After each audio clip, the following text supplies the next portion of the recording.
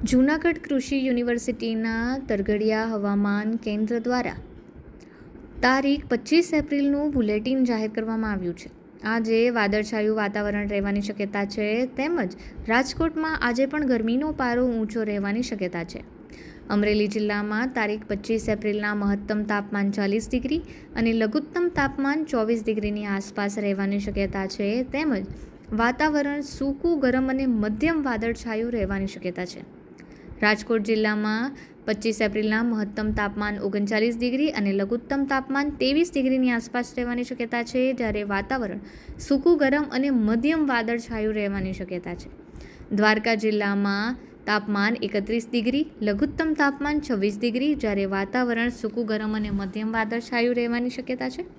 જામનગર જિલ્લામાં પણ તાપમાન 32 ડિગ્રી મહત્તમ અને લઘુત્તમ તાપમાન 25 ડિગ્રીની આસપાસ રહેશે.